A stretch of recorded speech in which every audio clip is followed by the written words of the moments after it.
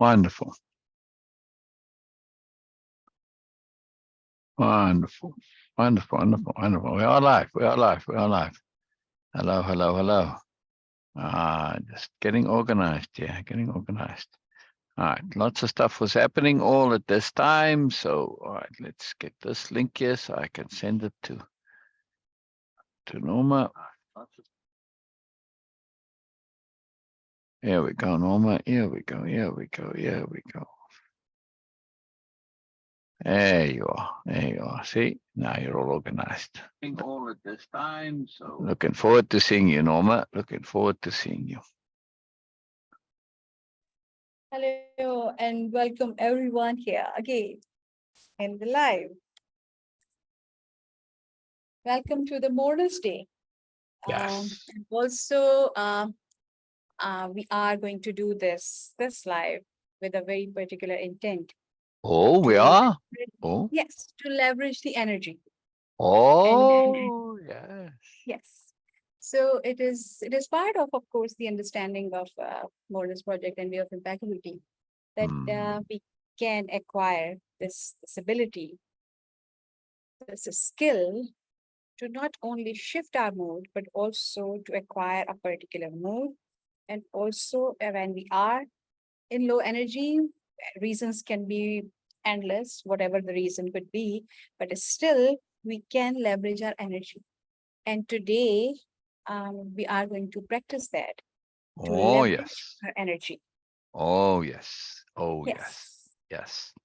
And we can do this very specifically via leveraging motivation, right? Absolutely. So if I'm a little like, whatever. All right. So if I'm all interested, yes, I want to do this. I'm keen to do this. I like doing this. Yes. I'm excited to do this. And well, then I am, see? And then also, change your posture, change your physicality, shake it up a little bit. But that's it, motivation. Motivation is key to leveraging energy. If you're low energy, raise your motivation.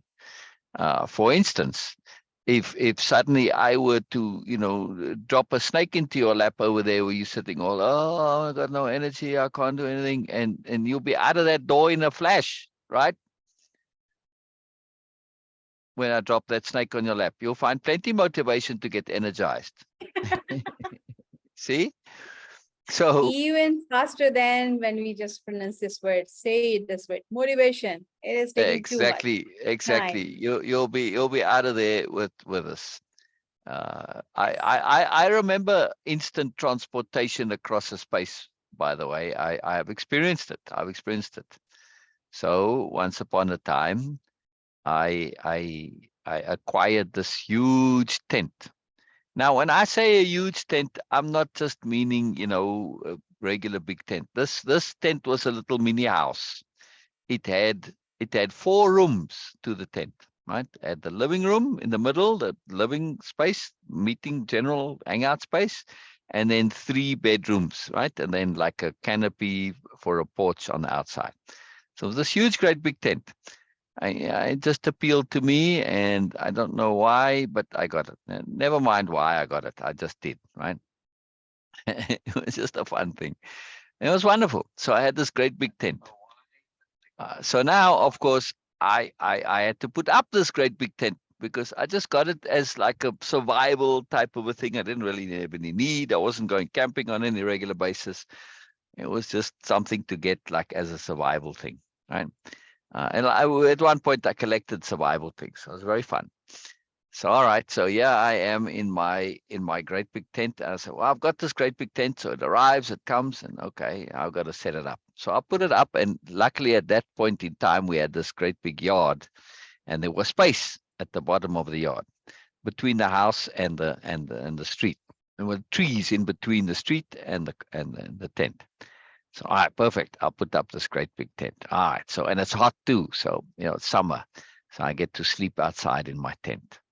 All right, brilliant. So I've got the tent, and I get inside my little room there. And okay, well, the room's got a fly screen, but it's very hot, and it's kind of hot in the tent still. So I left the fly screen open just to get a little bit of extra airflow circulation. Anyway, so there I go, and off I am And later I fall asleep, happily dozing well. My tongue was probably hanging out, whatever. And I'm sleeping away very nicely. So I was sleeping like this, right? It was on my left side because the door, the entrance was here in front of me still. So I'm sleeping like this, and then something was, and I'm like, oh, yeah, whatever. You know how you do when you sleep, right? And you feel, and I'm like, wait a second, this thing is still there, whatever this is. And as I brush it off, I wake up, and I see in front of me a great big spider tarantula, this big as my face almost. Yes. Yeah. Wow. Now I am really expert at cursing. I have a whole long string of them. I used to practice this quite assiduously when I was a child, and I was really expert at it. And by the time I hadn't even gotten past the first or the second one, I was on the other side of that tent, looking back at Spidey there in my bedroom. Right, Yes. one instantaneous transportation from sleeping on my side to standing on the other side, looking back, a distance of about about 8 feet. Yes, 8 to 10 feet in one instant go. I didn't crush Spidey. I didn't, get step out of the room, didn't get out of my blankets, nothing, whatever. Not that I had any blankets, but still, right? Just one instantaneous sleep. And I'm like, man, was I cursing a blue stream there? Oh, this was just, yeah, I was not because the moment I saw it, I realized what had been on my face. Wow. So now I have to get rid of Spidey. Mhm. So I nudge and encourage Spidey because there's a little where the fly screen is, and you zipper it, it's got a little bit of tent on all around it, right? So it's like a little at the bottom, like a little bit of a Yes. little bit of a wall, right? Yes. And Spidey's on the inside of that inside my bedroom over there. So I got to do all sorts of things to encourage Spidey to go. And Spidey don't want to go. Eventually, I kind of had to really like I'm trying to be gentle, like nudge Spidey a little bit less than gentle. Eventually, Spidey's now out, and now it's walking to the other side of the tent. But I promise you, Bina, I, if you see if you know the expression, it's very particularly American expression, butthurt, right? Mhm.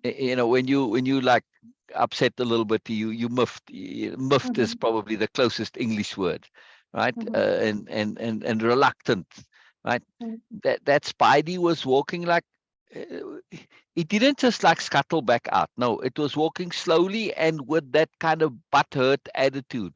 Like seriously, like I mean, I could just hear it thinking, like seriously, dude, I just wanted to be friends. Come on, I just wanted to hang out. I mean, like I wasn't doing anything. I was just like being affectionate and loving you. And yeah, you be all rude to me, and you wipe me off, you smack me down, then you evict me, and you tell me to go.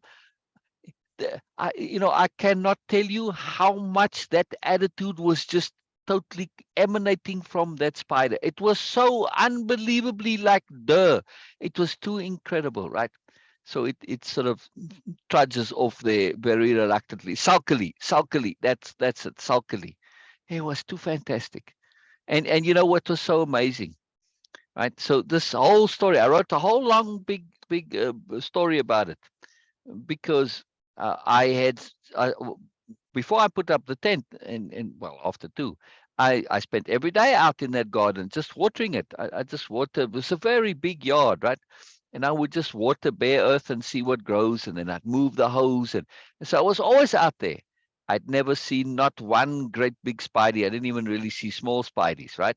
So Uh-huh. like it was too amazing to me that this now all of a sudden, yeah, the spidey comes, right? And it's inside the tent. It had to come inside. It's a big tent, it's foreign material that it has to cross. You see my point? It's like too weird. So I have a whole conspiracy theory about it, but I'm not going to go into it. It's a long story. But this was, and after that, I never ever saw Spidey again or any other Spideys, right? So it was too fascinating. So anyway, so then a little while later, I got a notice from the city council. Oh, I've got to take the tent down. I can't have it up there. Somebody complained about it. Like, really? Yes. Cher also shared that. Okay, she also had the same similar experience of transporting magically. Oh, brilliant. Oh, is this in comments there? Yes. Oh, wow. All right. So this was really something, I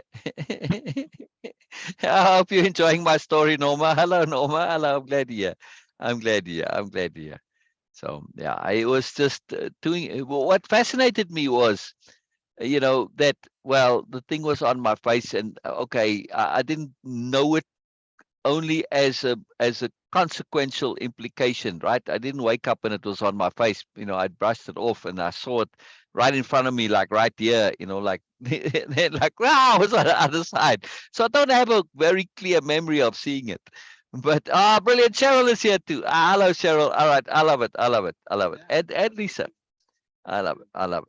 Oh, I think this is yesterday's one that I have up here. So let me go. Yeah, part 2. No, I need today's one. Where's today's one? What's going on?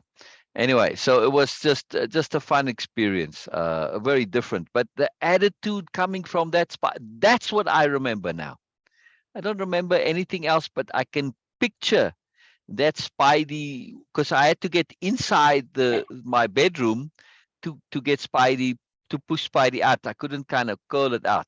So I've got this image from me inside the bedroom, looking out, seeing Spidey walk diagonally across to the other end of the thing. I don't know where it came in, but I think there must have been ventilation flaps or something. So I don't know how it got out, but it did. So this was too amazing to me. Why is part 2? Yeah. Did I paste part 2 and it's supposed to be part 4? Well, what's wrong here? Oh, no, it is. It is this one. All right.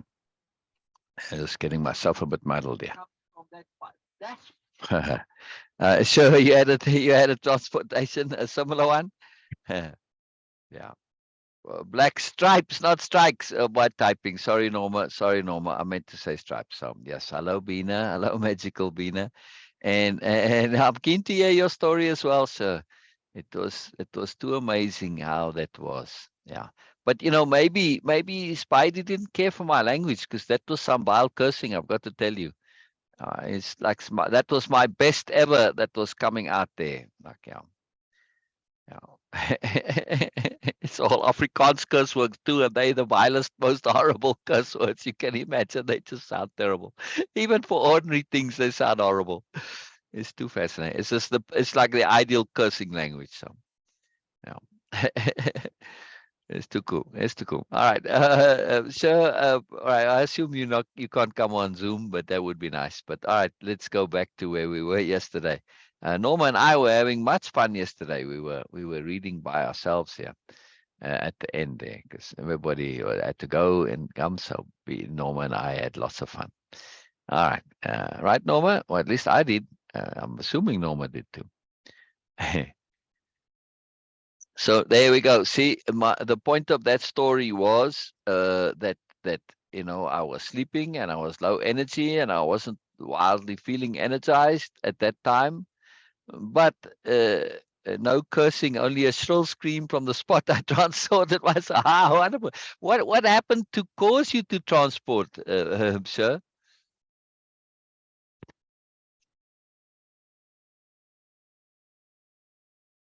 I'm keen to hear now before we get going here. I'm keen to know what caused this. Yeah, yes, exactly, Norma. It was great joy. I had great fun chatting with you, Norma. It was quite marvelous. It was quite marvelous. I love it. Always, anytime, anytime. It's always a joy. Always a joy. How about you, Norma? Have you had instant transport experiences? What about you, Bina? Have you had? Wolf spider dropped in front of my face while we were all sitting around a campfire. Oh, perfect. You had witnesses. Brilliant. I'm assuming this was all much to the amusement of your fellow campers, yes? Yeah.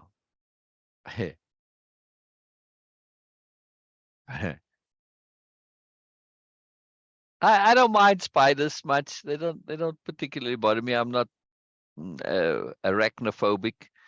Um, right. Oh, very good. Bonus for everybody. Bonus for everybody. Wonderful. How about you, Norma? Have you had any instant transport experiences ever due to something?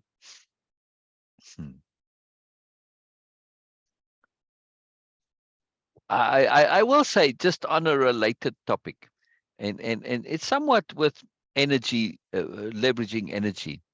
That it wasn't quite in the same degree of alacrity involved, but I have consciously been able to make myself move quicker. Right. uh, in this, that when we were living in the desert, and we had some chickens, and then we got invited to go up onto the mountain and to start a restaurant on top of the mountain on the game ranch. Anyway, long story, very magical. I mean, really, truly, in the middle of nowhere, suddenly you get a job offer. I mean, literally in the middle of nowhere. I cannot describe how much that place we were in is in the middle of absolute nowhere with nothing and everything, right? So very spiritual beings. Oh, wow, Norma. All right. Well, you have to tell us your story too then. Anyway, so now we have to go, and I have to round up the chickens. Yeah, because if I don't round them up, we can't leave them. They'll get eaten because, I mean, it's desert, but there's still predators out in the desert, predatory birds and that. There's always life everywhere, right? Even in the desert. People think deserts are like absolutely nothing. Nope, nope. Even in the Namib desert, which is like real sand, even there's life. It's quite amazing. But this is, little bushes and stuff, it's just this. So anyway, so we can't leave the chickens. But now this not the open yard, with fencing, and it's very open, the yard is big. So to now I have to run up and catch the chickens. But the chickens are getting away from me, and I can't leave them, and I'm starting to get tired, and I'm like, man, and I'm pressed for time because they're gonna send transport for us to go up there and everything. So I have to do something. So I said, all right, I'm gonna use my will. And in my mind, I was like taking from my abdomen center, and like sort of an energy that went ahead of me behind the chicken and pulled me forward to catch the chicken. And man, I was running after the chicken, and I did this and zoom. Okay, not quite to that same level and degree as later with Spidey, because Spidey came much later than this, a couple of decades later. But I very distinctly had that acceleration to catch up on the chicken, and particularly the last little one. We called her mother hen, a little bantam chicken. She was super fast, and so I caught her. And then I used that same technique again when I had to catch them coming back down again. I had to catch them again. So so that worked very well. So I used that a couple times after that. That skill of being able to kind of zoom forward a little bit. I mean, you're just running faster, but still, man, it made the difference. I couldn't do it in the ordinary running. So just saying, yeah, it was very cool. It was very cool. Application of will. It's like feeling like you sort of got an elastic kind of a thing, and it just made me zoom in like that without, you know, I'm already running as fast as I can, but it just gave that extra amount of acceleration I needed to catch mother hen. She was a little tiny bantam chicken. I mean, the others were like 3, 4, 5 times the size, but she bullied them all and dominated them all. So one day she had chicks. We let the eggs hatch. So I wanted to, I don't know, I guess I wanted to look at a chicken, pick one up maybe just after they were born. Oh my goodness, did she get in the way between me and the chicks? Oh, forget about it. There's no touching those chicks. Yeah, normally she'd run away from me. I wanted to pick up the chicks. Wow, she was all aggressive. Yeah, so yeah. I was fit back then. Exactly. I was fit then too. That's why it was so noticeable, because even being fit, well, relatively, and I could run fast as a youth. I was a fast runner. I still couldn't catch the chicken. It was quite amazing. So I needed that extra. So yeah, yeah. I could walk in those days too. I mean, we literally would walk up a mountain. We did actually, in order to get up to the mountain later, because we went up and they came back, and then we went to visit them and check them out, and we didn't have transport, we didn't have a car or anything, and to get there by road, it's like a 3-4 hour journey, because you have to go all the way around the mountain. Well, we just walked up the side.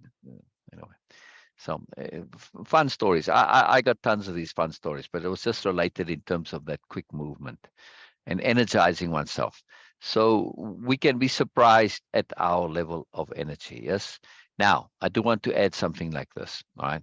I had learned how to energy leverage when I was working in the restaurant, because that was just 7 days a week, and you're working till 1, 2 o'clock in the morning, and then I had to be up at 10 o'clock. But the problem was that you think, okay, you're still getting enough sleep. Sometimes you get back home a little earlier, maybe 12.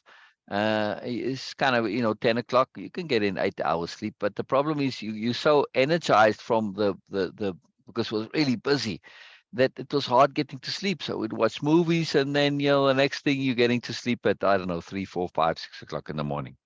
And I remember getting up to go and unlock it at 10 o'clock, and it was only well, those are big blocks. I don't know,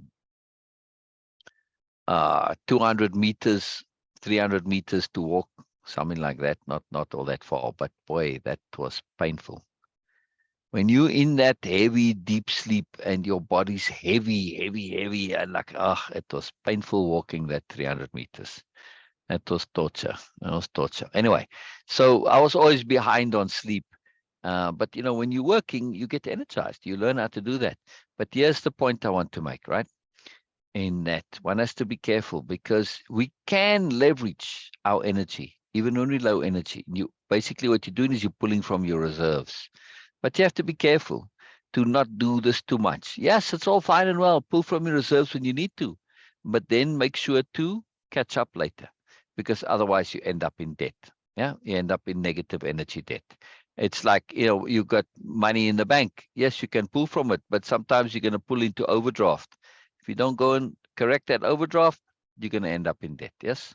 So this is the same with energy. It's exactly the same. And, it took me a long time to recover from those 4 years in that restaurant. That was part of being in the desert, So just doing nothing, just recovering from that. So it's very important to be aware that if you pull from your reserves, you need to replenish. Yeah. And typically reserves take longer to replenish than ordinary energy. Yeah. So let's say, you spend your energy and it takes you, half an hour, let's say 5 hours to replenish whatever you spend. If it's reserve energy, the same amount is going to cost you like 10 hours or 7 or 8 or whatever, some fraction more. I don't know how much more, but it takes more to replenish the reserves than it does regular energy. Yeah.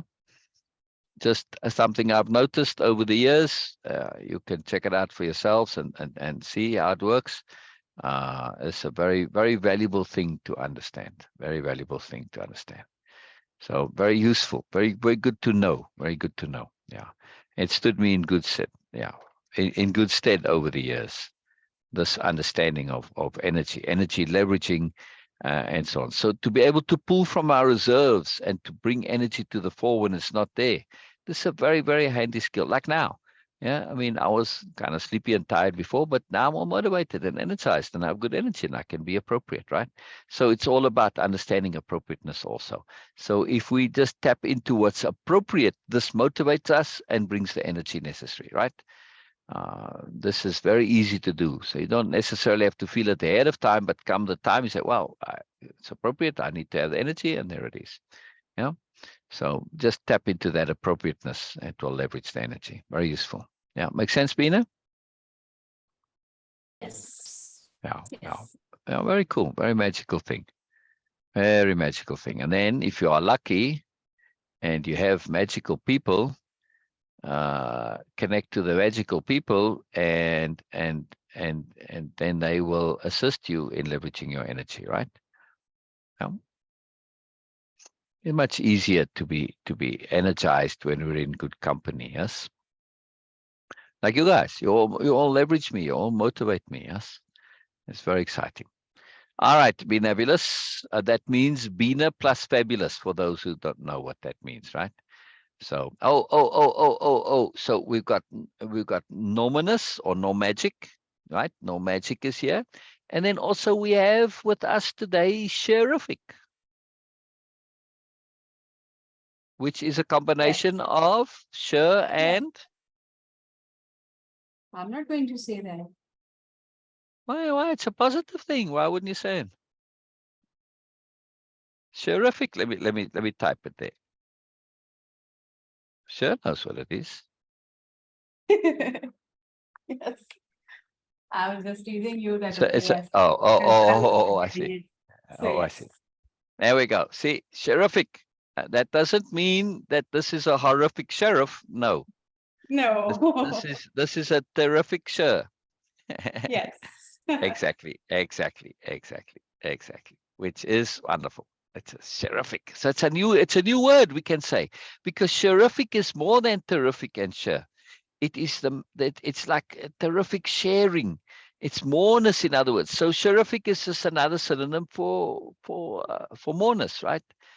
So you can say, wow, man, that was a terrific article. Oh, wow. Okay, I got you. Yeah. Yeah, that was a terrific poem. Ah, yeah. It's a superlative. See? Then we got no magic, and we got nominous, which is like moreness, but it's nominous. Terrific sharing. Exactly. It's fantastic. It's a wonderful name. So I just thought about that, when I was saying binabulous, and you were there, sure, and you knew exactly what I meant. And so I thought, well, that requires something with sure. And there we go. Terrific. So I love it. And I just teasing beautiful Bina as well. All right. All right. Let's get going. Yeah, I love it. Just having fun. Always having fun. This is the point of our interaction, is also to have fun and enjoy each other. And I was saying to Bina, this is something that is a massively beautiful thing to me, to be in company and in engagements, interactions, in collaborations, where there is a communion of intent.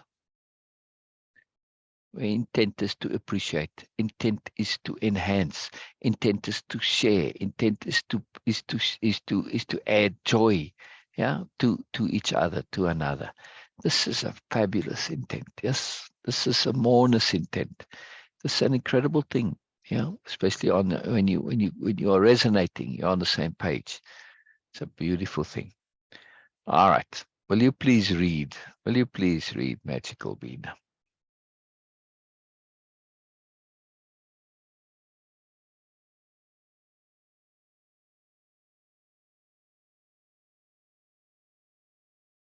You there, Bina? I'm here but busy, so I'm listening. Oh, you can't read? You can't read right now? Oh, no, I can't read. Oh, all right.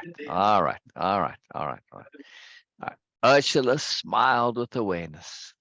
It's funny how so much can depend on so little. So now, by the way, just for everybody, yeah, I have to change my voice for Ursula, because Ursula has shifted profoundly inside, and she's a different person now. So I have to really, the key element, like when you're reading like this, you have to sort of catch, okay, Comelius is kind of serious, right? So he's got a serious voice, right? He's a bit pedantic as well, so serious / pedantic. Biella is very kind and thoughtful, right? That's her thing: kind, thoughtful, sophisticated, right? So you got an image of her.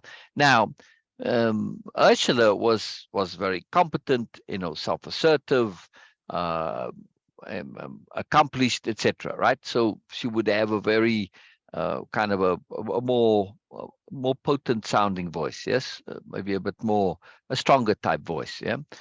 Not that Biella's voice is weak, but not in that, like, in the field that she is, she's in leadership and business and that, so she has to, but now she shifted to being a child again. And she says, I feel childlike, but also as we go along, we'll see that her mindset has shifted to delight and wonder. So I have to now read and put that mood into her voice: delight and wonder, yes, and appreciation, and everything is new. In the internal shift that's happened for Ursula, which we're going to hear about in the next chapter, It's all new for Ursula, right? It's funny how so much can depend on so little. Comelius was in full classic intellectual mode, representing the dominant culture of his world. The motto of the Comelius coat of arms is non sibi, which means not for himself. I always thought it was a good motto, as such go. He seemed to shift to a personal recollection, as he said, slipping in between two opposing forces. The fact that there are two opposing forces is not a problem. It's what allows it all to go forward. Leverage, in short, he stated. The new nobility love leverage. It all comes into play in all facets of their lives and awareness, Biella said. What Comelius is saying is quite profound, right? Typically, not always, we tend to have a force and an opposing force, but not always. However, he is saying something quite profound, though. When you have these two forces, right, and let's imagine they are like, how shall I say now, like two balloons, yes, and you're a marble. What happens if you're in between those two balloons and you're the marble, right? And they're pressing. They're going to pop you out, yes? See what I mean? That's what he's saying. Yeah. He says slipping in between two opposing forces, right? It's not that they're two opposing forces that's the issue. It's what allows it all to go forward, right? Because you that energy in the middle, and you get popped out, at least going in the direction that you were going. So you have a little bit of momentum. So it's just added to, right? So it's a very, very nice, sophisticated point. Yes, I love Ursula too, Norma. I really do, and Biella. I love them both. They're quite magical. The new nobility love leverage, capital L leverage. It comes into play in all facets of their lives and awareness, Biella said. Comelius continued, and yet there's still that wonderful truth elucidated by Socrates at his trial when accused of corrupting the youth of Athens to further his own interest. To truly act in one's own self-interest is to actually act in the interest of the whole, which neocons slyly reversed to act in the interest of the whole is to act in one's own self-interest. So let's stop there on that point of Comelius, right? The original quote from Socrates is to say, to truly act in my self-interest is to actually act in the interest of the whole. That's me first, whole second. But the neocons that he refers to, I'm not quite sure exactly what he means there, but doesn't matter. They turned it around. And now they make it as an indictment to say to act in the interest of the whole is actually to act in one's self-interest, one's own self-interest, making it like for those who are truly interested in the whole, they're making it out like it's a selfish act. They're switching it. Very subtle shift here that he's mentioning. But it's a big shift. It's a very big shift. If you go back into older philosophies, right? Spirituality, particularly, it was this point: to truly act in my own self-interest is to actually act in the interest of the whole. It's fundamental to Buddhism, for instance. Yes, if you act in your own self-interest, which is to become a Buddha, are you not actually also, if you actually become a Buddha, the intent of Buddhism, right? Because Buddha is a title, it's not a person, it's a title. Yeah. If you become a Buddha, don't you enhance the whole world by becoming a Buddha? Of course you do, right? So, and also just on the road to Buddhahood, the more you enhance yourself, the more you learn, the more you grow, the more aware you are, the more sensible you are, etc., the more you add to the world, right? So you are actually acting in the interest of the whole to truly act in one's own self-interest. Now, the key there is to truly act in one's own self-interest. not apparently acting in your own self-interest, but truly. And that word truly changes the whole thing, right? Because to act in one's own self-interest, this could be greedy and status and ambition and stuff like that. That's all limited. That's all bubble self-interest. That doesn't really benefit the whole. But when you truly act in your own self-interest, you will actually act in the interest of the whole. So a very, very exquisite distinction between the two that Comelius makes. Yeah. Yeah. Is leverage the same as uplifted? It can be, Norma, but leverage here means, in the context of that they say to leverage, it is to take something and to utilize it to get more out of it than you would otherwise get, right? So if I'm walking along my path and it's, I'm walking down a narrow gorge and there's this big boulder in the way and I can't go past it, well, there you go. Now what? I push on the big boulder, I can't move it. But I see a nice dead tree branch that's lying there. All right. Oh, very useful. So I take the tree branch and I push on the stone with a tree branch, the big boulder with a tree branch. Well, it's the same as me pushing, is just a little bit more, right? I turn the thing sideways. That doesn't help either. Okay, so leverage means I have to use that tree branch as a lever, which means I have to find some fulcrum points, put it in underneath the boulder, and then use it, right? So now I'm using that tree branch in a particular way, which allows me to get more energy out of it, or at least to use my energy in a way that's more efficient and effective than I wouldn't otherwise do. So now suddenly, with the energy that I have, when I pushed with all my energy, I wasn't able to move the boulder. But now when I pull on the lever of the tree branch, using a little stone as a rock, a smaller boulder, right, as the fulcrum point, now I can move that big boulder. See, that's leverage. It's about strategic usage of energy, to use it in such a way that you get more out of it through this particular type of usage than you would get in some other kind of usage, right? So like I said, me pushing with my energy didn't help. If I took the tree branch and just pushed directly with it, didn't help. But when I used it as a lever, now I'm utilizing the inherent energy in that wood and the fulcrum point and all this, right? I'm using leverage. That's what the lever is, yes? So it's very, very important to understand that a lever is you spreading the energy out, you utilizing it, you maximizing, you taking, whether it's on the long side, it's multiplied on the short side, and so on, right? So it's an effective usage of energy. I'm able to concentrate my energy using the lever, which I couldn't do pushing. I couldn't get it to be so concentrated. Right. So in a sense, you can say leverage is the same as being uplifted, because when you leverage yourself, you will end up being uplifted. Yes, but there's many ways to do this, right? So, for instance, in that instance where I had to catch the chicken, what leveraged me to apply that particular will there to boost myself like that was the leverage of, I have to catch the chickens, otherwise they're going to die.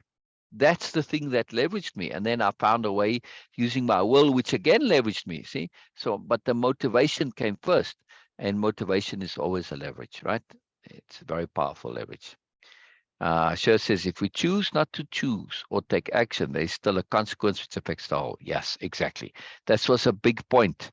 This was a massive point that they came to in their discussion on manipulation. Yeah.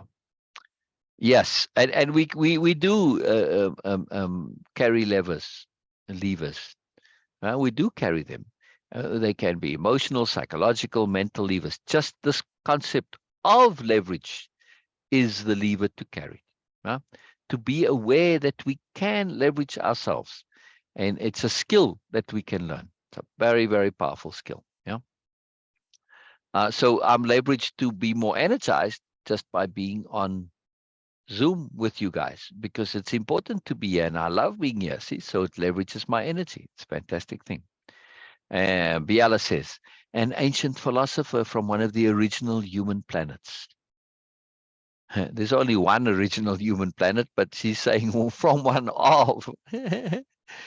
Well, it's for those who were potentially not humans, right?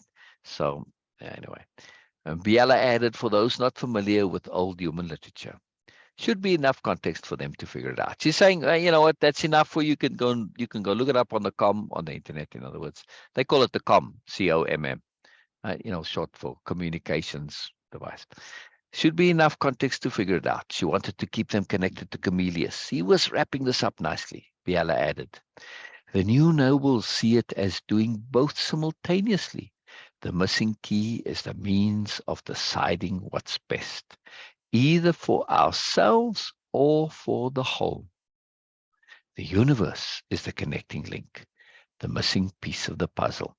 So Biella comes and she takes the two quotes of Comelius and she says, for the new nobility, they see it as both ways, either way, either or. The trick is to decide what is best. Yeah, our own decision, that's a bit limited. The universe is the connecting link, the missing piece of the puzzle. I don't remember if she goes into this, yeah, or not. No, not here. But this is what she's referencing there is attunement. Yes. Yeah, exactly. We do. We use it without always realizing. Exactly, Norma. We do. We do. But that's the key, though. If we can learn to pay attention to those times when we do leverage ourselves, to say, oh, how did I do that?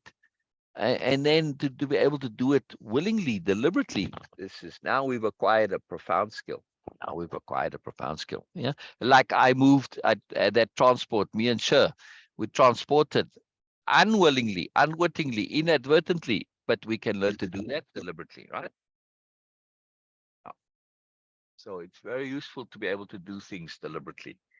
It changes a lot. There's many things we can do inadvertently, and then, I wish I could do that. No, we can. We just have to learn how, right? Leverage. That's the trick. Yes, of course, Comelius flatly added. He'd moved on. What they call the authentic self is really just the character we want to be. You know, Comelius here in this section is so fantastic. He is so helping Biella. It is too brilliant, right? Say what they call the authentic self is really just the character we want to be. Character, not personality, the character we want to be. Character in both senses of the word. And this is what the new nobility are all about. They are pursuing who they really want to be. Their deepest inner aspirations. That's why they're called aspirants. They're following their aspirations. To be noble, to be more, to be skilled, to be exquisite, to be accomplished, to be graceful, to be joyful, to be delightful, to be childlike, to be sophisticated. That's who they really want to be. That's their authentic self. Your authentic self is just really who you want to be. Yes. It's a very powerful point. How can the authentic self be a character? Yes. But he's saying the character, right? So it's your character, but also to say your authentic self. I mean, he's sort of being a bit poetic in a sense to say, well, this now when you connect to your deep character, like as in integrity and conscience and all that, right? Then you're also being your authentic self. And then when you do that enough, that becomes its own self, which becomes a character in its own right. And in that sense, your authentic self is now a character. Yeah. When you've made that shift fully into it. Make sense, sure? Yeah. Exactly. Because he says it's really just the character we want to be. Yeah. So it's sort of a double. He's not deliberately utilizing a double play on words, but it's a little bit in there. It's just the way it came out for him. Want to be, and then he goes further on to say, the one that best realizes and expresses our intent. Now he says intention here because he's not yet aware of the difference between intent and intention. But what he means is intent.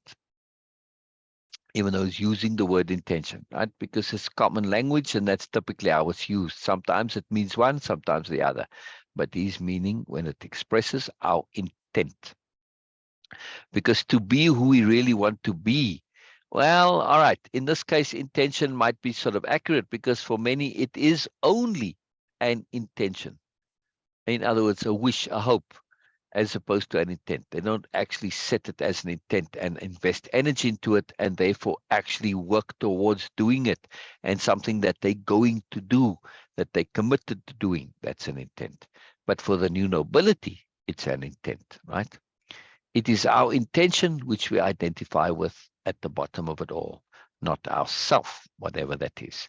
So yes, when we say it as intent, it changes this, right?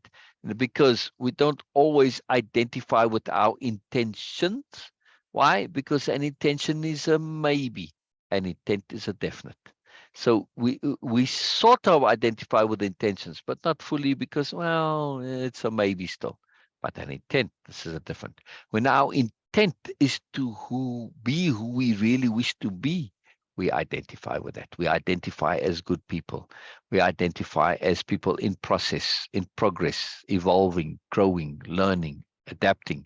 In other words, aspirants. Yeah. Very, very, very powerful. Very, very powerful. Yeah, yeah, yeah. That's what I must. The verses. Yeah. So he can tune into the others. Yes, exactly. He is making that effort to tune into the others. So intention is the appropriate usage here, because the delegates who would use intention from other worlds, and they don't have that sophisticated understanding of the difference between intent and intention. But now look what Biella puts in here. She joins into this, right? And she's going to be very subtle here, and in not letting this go completely. To the new nobility, there is no particular self, only whatever is appropriate. Now, note well, it's little s self. Yes. So she's saying, like following on, not ourself in inverted commas, whatever, whatever that is. So even though he's speaking out loud, you can still hear that he's using little s self. And she says, to the new nobility, there is no particular self, only whatever is appropriate. In other words, this is now she's shifting the focus here from character to personality. Our self, the little s self, is typically what we refer to as personality. I'm a fun-loving person. I'm a serious person. I'm a this and that. But the new nobility says, well, you know what? I've gotten over myself, and I can be fun-loving when I choose to, and I can be serious when I choose to, whatever the situation demands. And I'm not locked into. I'm not inhibited.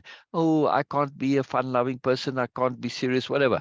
And a lot of people are stuck like that because they box themselves. They have a description that says I'm this, I'm that, and then they can't go outside of that. Well, the new nobility says, no, throw out that box. I'll be whatever's appropriate, right? So that's why they don't have a little s self. They don't really have a particular personality.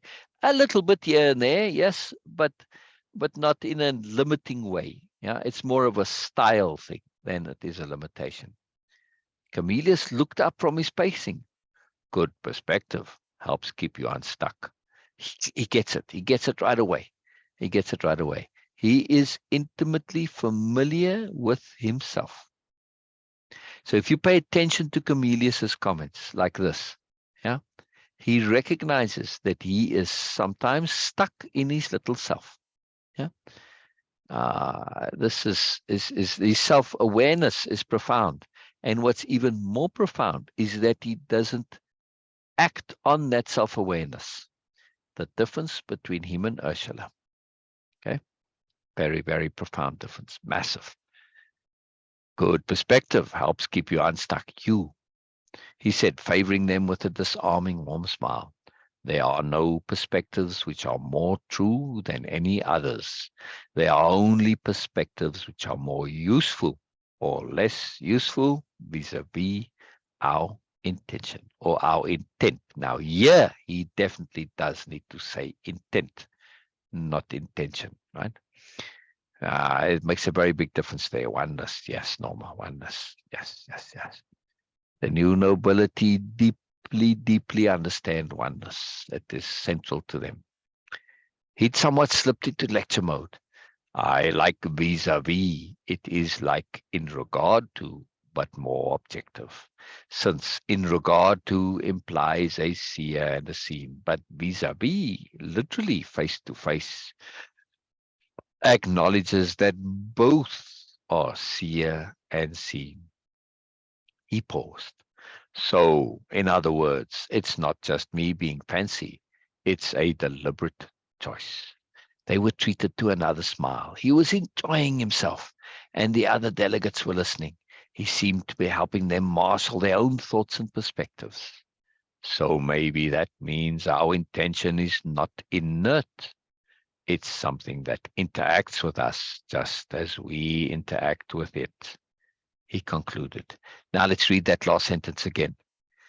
So maybe that means our intent is not inert. It's something that interacts with us just as we interact with it. Actually, here Comelius is speaking intuitively. In the real world situation where this conversation was going on, completely different context. My friend didn't quite understand then yet this intent and intention difference. But what he said there is an intuitive grasp of intent as a force, as a potency, as the most incredible lever that we possess. Me moving that way, that was intent. Okay, I called it will because will is the personal local application of intent. It's the immediate, right? Whereas intent is connected to the bigger thing, right? But when we see as intent, when I set an intent, that intent acts on me as well as me acting on that intent. It becomes a relationship. It's very important to understand. When we set an intent, the intent also acts on us. Yeah? It's not inert. Intent is not inert. So he's grasping at something, he's coming to an understanding of something. We had a lot of other conversations and stuff also. So it's a big deal. It's a big deal. Yes, my delivery is brilliant, brilliant, brilliant. So he's really touching a deep point here. That makes sense. Now I'm keen to ask Bina, sure, Norma, does this point that I just made and that Comelius has made that I'm elaborating on, right? So it means our intent is not inert. It's something that interacts with us just as we interact with it. Thank you. Thank you. Is that you, Kimmy? I haven't seen you for, excuse me 1 second. Excuse me. I say hello, Kimmy. Wait, say again, Kimmy. I say, I haven't seen you for ages. I said, brilliant. Brilliant, brilliant, brilliant. You good? You good? Oh, brilliant, brilliant. Fantastic, fantastic. Thank you, thank you, thank you, thank you. Wow, Kimmy's been busy. Well, just saying hello to, the Amazon drivers. They help me a lot. They bring it right close here. They're very nice and kind and generous, so. Well, now I've got to find a nice present for Kimmy. She's pregnant, she says. I haven't seen her for ages. She wasn't pregnant last time. She is now. Oh, brilliant, brilliant. That's very happy. That's very happy. That's exciting. Life goes on. Oh, it's so fascinating to me when people, have children. Just it's a miraculous thing. I'm like, really? Somebody actually is willing to do this? It blows my mind. It truly blows. It truly blows my mind. Well, I hope I see you again, Kimmy. I really do. Hang on a second. Let me see. I want to give you a gift, but I don't know what it is. But I think I might have something that you might find handy and useful. Well, 2 things: electric can opener and a juicer. Oh, well, there you go. Enjoy. Oh, pleasure, Kimmy. Pleasure. Bye-bye. Wonderful. Oh, good. See, one of them was good for us. So, that worked out nicely. I gave a gift to the other driver, and it was like a monocular. And I said, wow, you know what? I'm going to go camping, and I wanted something to watch the stuff. And he was so happy. It was so perfect. It's just, I just picked something and multiple things to choose from. It worked out magically. Sometimes intent is too incredible, you know. So this worked out perfectly. So just nice people, you know, they make an effort to do more, and you know, they don't have to, they go above and beyond. It's just too beautiful, you know. Every day they come, I get joy out of them. They're just doing deliveries. It's a simple thing. So, you know, we can really make a difference in the world when we do what we do with joy and moreness. It's very profound. Very, very profound. All right. So I digressed somewhat here on the delivery there, but anyway, you get to see you know, just joy in action, I guess. So I hope you enjoyed.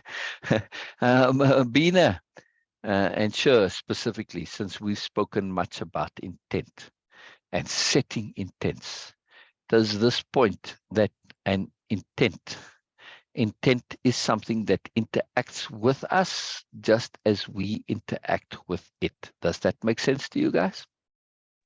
Absolutely. Yeah. Actually, it doesn't totally make sense. But also that now it actually explain a lot about what's the difference between intention and the intent. Because Exactly. intentions are something like a wandering thought, and it came, and I said, okay, it's okay, I'm very sorry. But the Exactly. intent is something like we were communicating, as you were saying, okay, interacting with each other. And Yes. then we come to some kind of a resolution that this is what actually it is. Yeah. Yeah. Really. And look how his wording reveals this uncertainty of him, or at least it gives you a clue, because he says, so maybe that means our intention is not inert. He's almost there, but he's like, because what he's, if he replaces that sentence with intent, then the maybe falls away. The maybe is there because with an intention, it's, well, when you set in, if you have intentions, you're not committed to anything. And those intentions are just something that you thought and said and wanted, and they don't really act on you because they haven't been activated, because that's the difference between intent and an intention, right? So they're not activated, so they don't really do anything. They are, in fact, inert.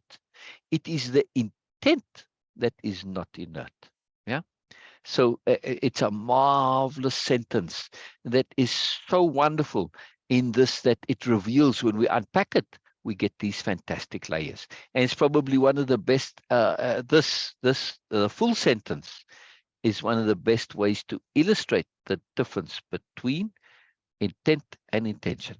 The one is inert, the other is not.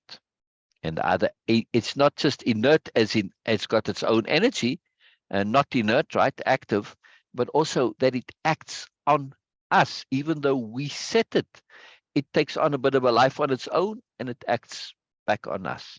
And then we can continue to act on it by giving it energy and so on. Yes. So to use our car moving analogy, right? When you're pushing a car that, you know, just it's in neutral, right? No engine, you're pushing it along. And well, you push and it starts to move. Now, if that was an intent, you have to put lots of energy into getting it going, right? To overcome the inertia. And then you get a bit of momentum, and then you can ease off and not make so much energy. But if you stop, then the car stops and you got to start all over again. That's why we need to have unbending intent. You got to keep that pressure on all the time. It's not quite as much as the start. In the beginning, you put extra, but here's the thing though. If you think of this analogy as being a little bit more accurate, we must say, oh, I'm also tethered to the car. Like I've got a harness on, and the harness is connected to the car. Once I get that intent moving, even if I stop pushing on the car's going to keep going for a little while, right? Or the car might be on a I pushed it sufficiently. It's a little bit of a downslope, and now the car's going on its own. Yeah. But what's happening to me? I'm being pulled along by that car because I'm tethered to it. So this is how our intent is. Yes, we need to put energy on when the energy is needed and keep it going. But also we understand that it builds up momentum, and that momentum and the way the road is, force of circumstance, right? If the curves or whatever, that takes us along with it, right? It's a little bit more, an intent is a little bit more of its own self-direction than a car does, but it's sufficient for the example that we are tethered to our intent, so we are going to be also pulled along by it. Yes. All right, Norma, no problem, no problem. There's never a sorry, Norma. Always sorry to see you go, though. But brilliant. I'll just rather than that, I'm thrilled that you were here. You see, much more exciting, much more exciting to think of it that way. Think in the positive. So this is very powerful to understand that the intent acts on us and we act on intent. Works mutually. Yes. Plus, plus. It's not only, there aren't the only three, sorry, with intent and us, there's not just two actors involved. There's three. There's the universe too. Once you set an intent, the universe interacts with the intent interacts with the universe. And through that, either the universe may end up acting directly on us because of the intent or via the intent, either way, right? So there's us, there's our intent, there's the universe. Three separate entities, all interacting, working, and leveraging each other. Yes, it's a very important point. That's why you can't just set an intent and let it go. Because if you do, these things start acting, and now you don't know where these forces are coming from. It's like, hello. And also the intent can just basically carry on and do its own thing. It's like you get that car started and you just let go, and then the thing goes off on its own, causing havoc. Yeah. Yeah. And that's a different point now, sure. Now that's not when we start an intent. Yes, that's when the universe has an intent. Well, I guess the universe is responding to our intent, which is to be more, our intent to be more aware, etc. Just if we don't set a specific intent, we have a general, like a intent. The intent to be more, the intent to learn, the intent to grow, the intent to be more aware, the intent to understand, right? So on those intents, the universe is, they're very general intents, and we may not have consciously thought of them and deliberately, but those the universe is responding to. And in regard to those, absolutely, it connects with us via anomalies. Absolutely. Absolutely. And shares its intent to awareness, which is our intent. It shares it via anomalies. Absolutely. Anomalies is the universe's mechanism for communicating. Yes. As is force of circumstance, right? Sometimes the whole flow of events can be a communication also. Doesn't always with anomaly. The universe got a very broad language. It's very cool to learn the language of the universe. But yes, good point, sure, good point. But yeah, so that's when, like I said, that's a more generalized thing. And then there's the deep, always there intent of the universe, which is the intent to awareness. This is it, yeah, or moreness, you could say, same thing. But deliberate, conscious awareness, right? Moreness without having that deliberation is a bit of a waste. Yeah. Okay, we went into that. What's the difference between Socrates' comment and the neo-conversion? What does it matter? Why would the difference be a big deal to the new nobility? That's an important point. Flow event seems to be how it communicates with me. Yes, yes, sure. Yes, very much so. You do have anomalies too, but your flow of events is so powerful that you don't really need anomalies because it's all in the flow of events, and it has very much been for you. You are like thick into it. Yes. Yeah. Very, very powerful. So that difference between the two quotes there. Well, the difference, right? To truly act in one's own self-interest, first by implication, is to act in the whole.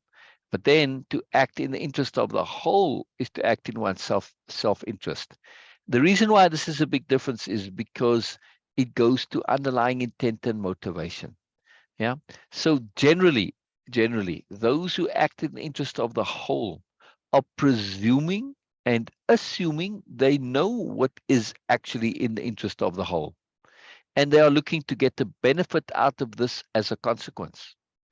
That's a very big difference, right? Yeah. So I'm Go ahead, Bina. Or is that not for me? Sorry, I Yes. was just sharing. So sorry. That's all right. That's all right.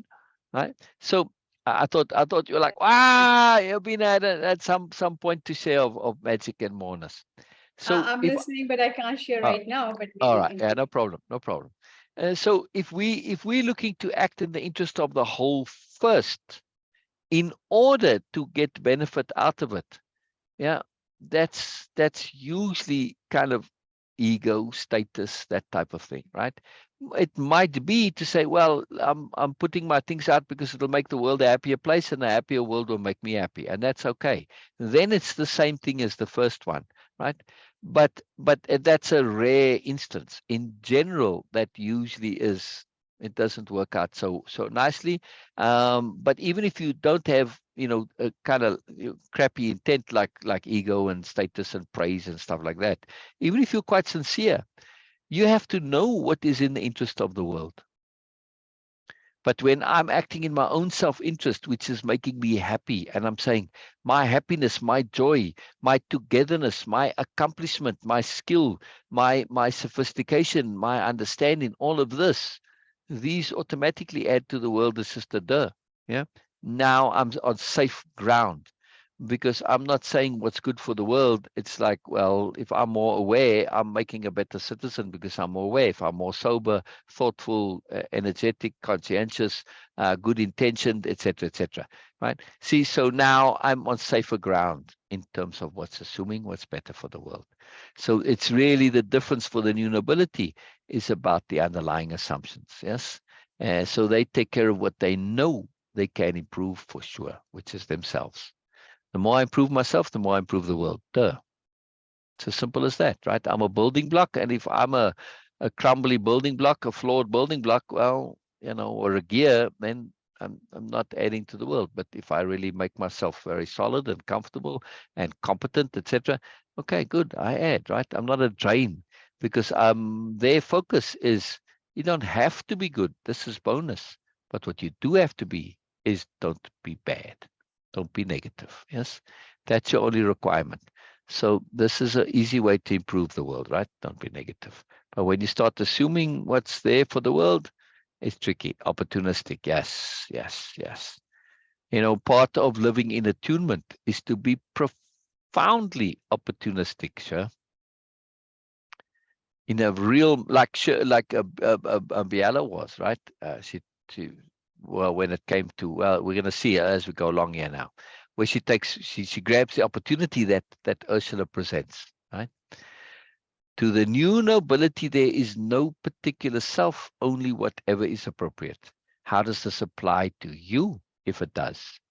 How might or is this a good idea? Well, we went into this, but if you have any more thoughts, please share. So maybe this means our intent is not inert. What are your thoughts and feelings on this? All right, we went into this. Wow, I'm quite happy with myself. I got to say that the tasks and exercises, I kind of did them in my capital R reading. So yeah, very cool, very cool. Well done, Syl. Well done, well done. Yes, Biella said, just a trifle louder than needed. Comelius had brought up a key topic. Intent, she said, emphasizing the word as a slight correction of the way Comelius had expressed it. To the new nobility, intent is the universe. Now look what she does here. Talk about being opportunistic, right? Yes, I seized opportunity. But so is Biella here, right? Comelius said intention. Instead of her saying, oh, Comelius, actually the new nobility, have a different, she just emphasizes it that little bit, and she repeats it. Yes. Intent, she said, emphasizing the word as a slight correction, but very slightly, not in a rude way. To the new nobility, intent is the universe. So it's very clear, especially to somebody listening with Comelius's ears or Ursula's ears, that they are going to say, oh, you said intent, not intention. Intent is the universe. How exciting, Comelius interjected. So he interrupts her to say, how exciting. Because it's taking what he said, and he's in that moment getting excited because he realizes that she's just taken it further. right? And in a very deep, sophisticated way. She's made the connections and he's now following through. Because when we make connections and it's almost there for us, somebody makes it, it's like a duh, right? So it's a duh for him when he says, how exciting. Biella elaborated, all know the universe is ultimately comprised of energy. We see consciousness as having imprinted or induced itself onto that energy. Right? It's a magical thing. Yes, sir. Yes. Emphasis and de-emphasis. Absolutely. Absolutely. It's a profound thing. So now she says something really profound. All know the universe is ultimately comprised of energy. We, as in the new nobility, we see consciousness as having imprinted or induced itself onto that energy. Be a comma behind induced there, actually. Itself onto that energy. In much the same way, a moving magnet will induce an electric current into a coil of conducting a material. So we say, wow, the thing that she's saying here is that the universe is energy. Our consciousness imprints or induces itself onto this energy, and what we get is reality. Yeah, what we perceive. Wow. A simplified view, theories and hypotheses surrounding this concept are plentiful and varied. Yes, so it is, the world is a description, in other words, right? All is mind. There's many variations on this, but it's all part of the same theme, right? Equal mc squared, or to be more precise, m is equal to E divided by c squared. That's what she's talking about, right? But it's a very old Vedic point, Sanskrit, this all is mind. The world is a description. It collapses when you silence the mind and so on, right? But the consequence we agree on. To the new nobility, it doesn't matter how we get there, or even if there is provable. The new nobility care about usefulness. Does it have value, and can it be used? To some, this sounds a bit mercenary, but it's the scrupulous honesty of the new nobility which brings them to that point. And their practicality, it's important. Practical use and value. It's a central theme to the new nobility. They tend to come at problems from the other end, as it were. Can we make this work for us? Comes first. Then let's figure out how exactly all this works. Very cool. Very cool. Very cool. Decide what you want and then figure out how to get it. Not try and figure out how to get what you want first. Because if you can't figure it out, then you're stuck. But when you say, well, I need to get this, I want this, and I'm going to figure out how, you're taking for granted that there is a how. The other way around, you're taking for granted that the how is a maybe. It's a profound difference. It's a profound difference in terms of leverage. This is a classic example of leverage. When we start off assuming something is possible, we take it for granted. We just simply figure out how. But when we start thinking things might be possible, well, then you got a chance. Maybe you'll typically like, well, it maybe not, 50-50. You already lost half your chances there. Yeah. So it's a very big shot. Plus, think of your motivation. If you are going to put a lot of energy into something, right? And you get told, well, this may or may not work. Well, there goes your energy. But if you have, there definitely is a way to do this, you just haven't figured it out yet. You keep going because you know there definitely is a way to do it. Yeah. It's like in the game shows where they say, okay, here's this, I don't know, magic cube. I'm just making up an example here, right? And there's $1 million inside. If you can figure out how to get into it, then you get the $1 million. Now, if you are under the impression that it is possible, you keep going till you get your $1 million. If the game show host says, well, there may or may not be a chance to get in. You don't know what chances there are. There may be a 1 in a million chance of getting in or not. You suddenly say, never mind, hell with you. Yeah. It's not really worth the effort, especially if you've tried a lot and you haven't succeeded. You just, at some point, you give up. Why? Because you then say, well, I've tried everything, and there's, I'm just wasting my time because there isn't actually a way to get in. So you see, this understanding of whether we think things are possible or not makes all the difference to our motivation. That's what I'm trying to say, right? So even if something isn't possible, we can be motivated to pursue doing so, because there are benefits to that pursuit, like being noble, right? Sure. You and I had this conversation when this topic first came up, and we said, we feel a bit awkward even aspiring to the idea of being a new noble because it's so far away from us. But whether I think being a new noble is actually possible for me or not doesn't matter, right? In this case, me pursuing it is valuable because the pursuit brings value. So I have to have some belief that it might be possible. That's enough. Might is enough. I know it could be possible. I know for sure it's not definitely impossible. And that's enough. That's enough to keep me going. Yeah. So I get value out of trying. Otherwise, if I thought it was impossible, just don't bother. Yeah. Give up before I've started. And I lose the value of trying. That's the point here, right? When we believe it's possible, we get much value out of trying, even if we don't succeed. It's a big, big leverage point for ourselves psychologically. Very, very big point. Biella was interested in how they would respond to the concept of the universe being intent. She added, the new nobility have come to the conclusion that the intent of the universe is that consciousness or awareness enhance itself. She just drops this out so casually, right? It's just in this. She's not making a big rigmarole and say, here's the big secret of the world and the universe and the meaning of life and everything. But there it is. The meaning of life.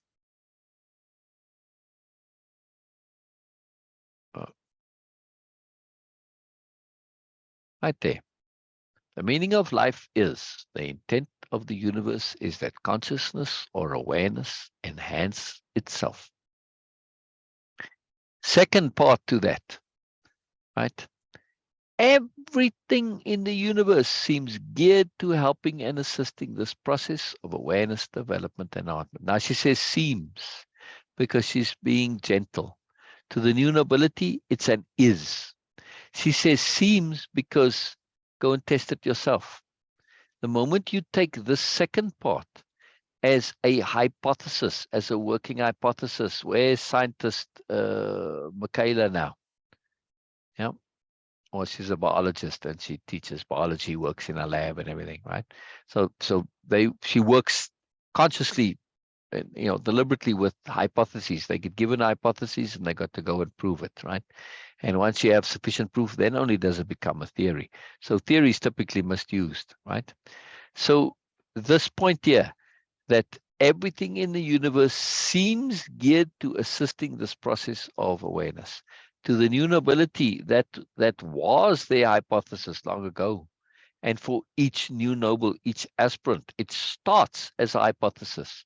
But when you go out and you say, well, let me test that, let me see if everything in the universe is geared to helping and assisting me in my awareness development and enhancement. Sure, can you say that pretty much everything in your life is geared towards this, even though it's not always fun?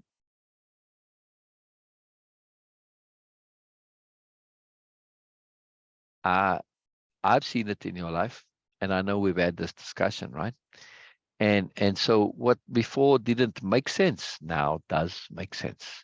Because in this context, we say, oh, I see now why I got all the stress and trouble. It was for me to learn and grow and enhance my awareness, and not to learn to fuss and bother and worry, for instance. Yes, to learn to trust, to learn to act, to learn to do, to learn to be strategic, to learn to shift perspective, to learn to do things differently. What a lesson. You keep getting the same nonsense coming into your life. You say, why me? Why do I have to get the same rubbish?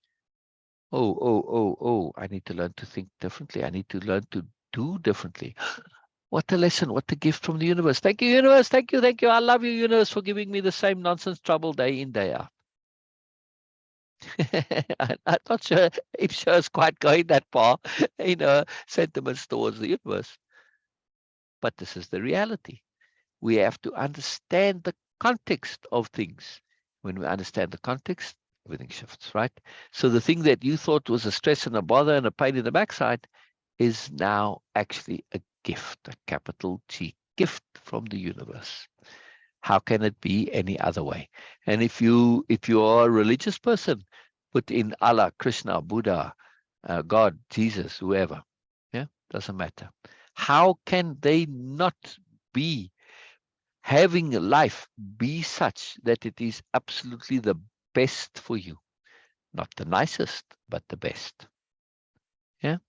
If you had complete and absolute power, if you were in charge of the universe, would you not set things up in such a way that they are good for people, particularly if you understood the difference between good and nice? Good. You would set up the whole system of the world and the universe in such a way that it is good for everybody, each individual and collectively. How is it good for them? In the context of enhancement and development of awareness. Is this not how you would set up the world if you could? If you had the intent and you knew your intent was going to materialize, that would be your intent. Yes? So when we think of it this way, especially if you're religious, there's no other way you can possibly think about it. The problem I have with religious throughout the ages, all the religious scholars, St. Thomas Aquinas and all of these type of folks, right? I say, oh, ye of little faith. They never took it all the way to the end.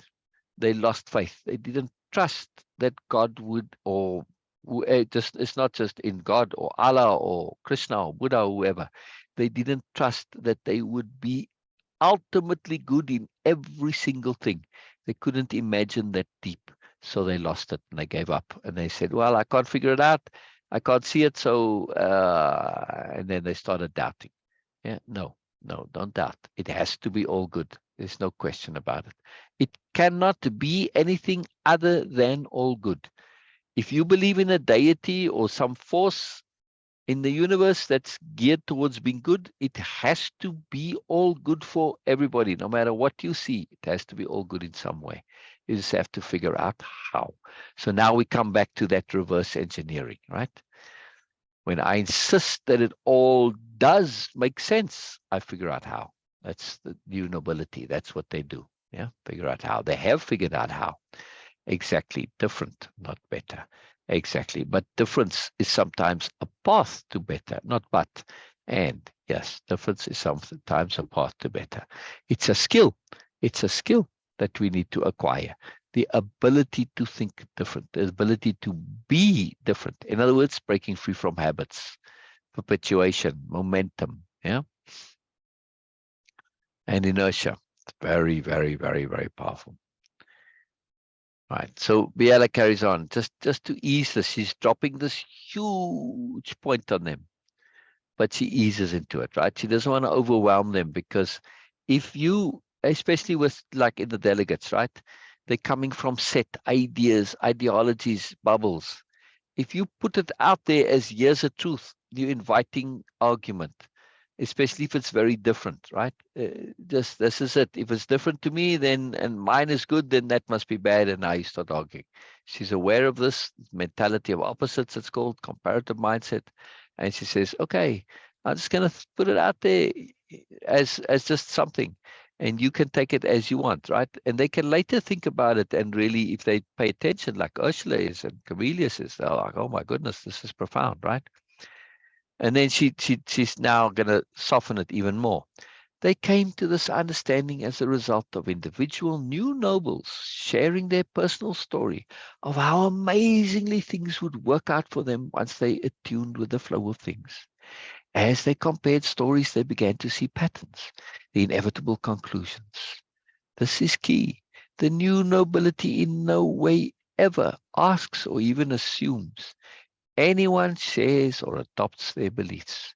even those who wish to join the new nobility. The school of nobility is open to everyone from anywhere and of any age. At that last comment, Ursula looked up sharply, a curious expression on her face. But, said Ursula, a deep frown on her face.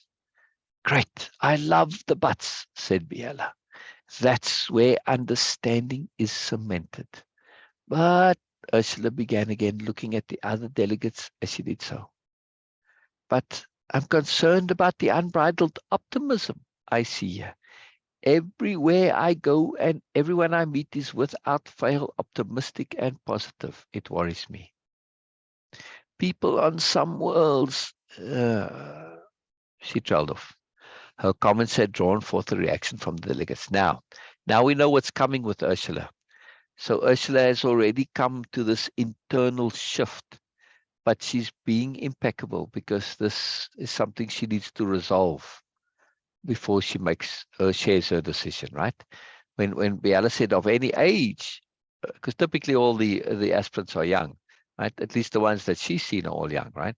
But it's not a restriction; it's just the way it works out. So at that, like, but she has to clear, and her conscience has to be completely clean. So this is impeccability. She's being thorough. So wait a second. I want to make sure you guys seem very wonderful, but if you are living in an idealistic bubble, if you're kind of deluding yourselves, then I'll change my mind. Then I can't be a thing because that is not going to work for me, right? So she has to check on this, right? But the fact that she asks and doesn't assume says lots for Ursula. Tons. Because Comelius had the same observation, but he didn't ask about it. He just assumed that, and the other delegates too, they just assumed it was naivety and a bit of bubbleness on behalf of the new nobility, right? They didn't see it as a point of sophistication. But Ursula is asking because she's seen so much other things, as we'll see later on, which she's seen as depths of sophistication.